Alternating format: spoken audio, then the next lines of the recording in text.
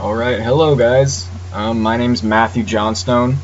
This will be a presentation about judges, especially adapting to a judge when you come into the room and throughout the entire debate. So, let's get started. Debate, judges, and you, how to make an impression and win over the judge before the round starts and everything after. Alright, when you enter a room, you're going to enter quietly, outside you can laugh with your partner, have a drink, mess around, but once you enter that room, it's game day, your game face is on. Go in there with the mentality of winning and don't leave all that messing around stuff outside and prepare to debate, basically. I should say though that you only enter a room if there's a judge in there. It doesn't matter if the other team's in there messing around, messing up the room. You don't go in there unless there's a judge in there. Wait outside, get in the mentality of debate, just wait around for the judge. It could be when the round's scheduled to start, way after, but you have to wait for the judge. It's just standard rules.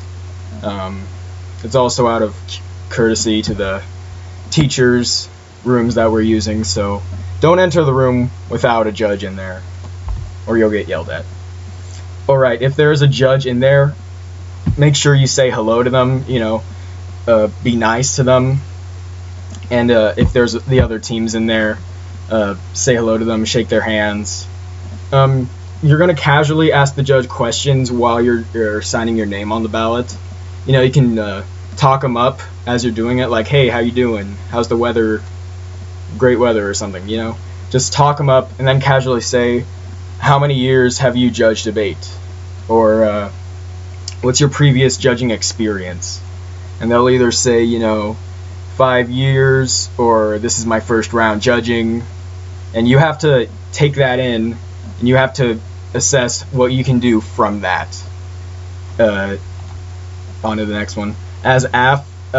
When you're asking those questions, you're going to find out how fast you can talk. If it's the judge that this is their first round, you're not going to be going through speedy, fact after fact, and going through as fast as you can. You're going to slow down, emphasize what's going on. And but if they're in a more experienced judge, then you can get away with going faster. But you want to make sure that they don't look lost, because if a judge doesn't understand you, then there's no point in you even being there. They're just going to sign the ballot negative if they can't understand what you're doing, what you're saying, what's going on. And if the judge does like facts, emphasize the information from the cards, only say a little on analytics. If the judge does like facts, which you won't get a lot of, but they're still there, then you're going to only go for the information, only go for the facts, only go from what's given to you from information that you have collected. You're not going to go off of analytics or theory or anything. You're just going to get to the facts straight shot. But if the judge likes communication, which you're going to get a lot of as a novice, then you're going to focus on what the cards are saying and why that matters in the round. What's the purpose of this?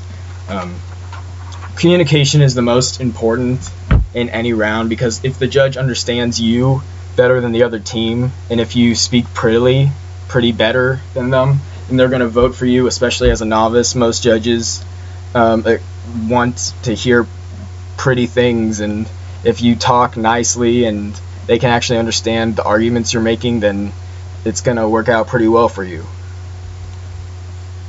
On negative, you're going to find out what the judge likes to hear, and especially what they don't like to hear. So when you walk into the room and you say hello to the judge, sign the ballot, you're going to find out if they have had previous judging experience, what they like, what arguments they like, and especially pay attention to what they don't like, so you can form your strategy from that.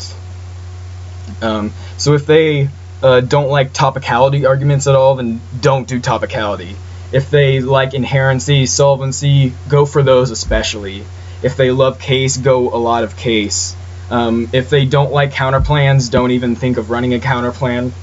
Stuff like that. You gotta know what they don't want to hear, so that you can take that in and create a great strategy for how you're gonna go through the round as soon as the 1A starts talking.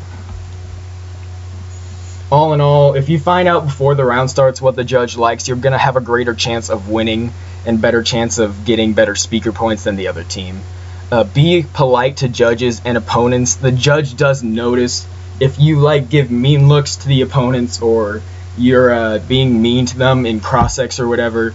The judge is going to note that, especially if they're first-time judges. Then that's going to be their deciding factor. If you're not nice to the other team, you're going to lose the round, regardless of the arguments made.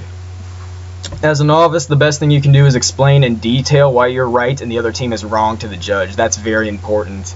If you can just explain in the rebuttals why you should win the round clearly to the judge and they follow, then you're probably going to win that round. Explain your arguments thoroughly and with persuasion. That's the best way you can excel as a novice and do good things in your year. So thank you guys for watching. Win some tournaments.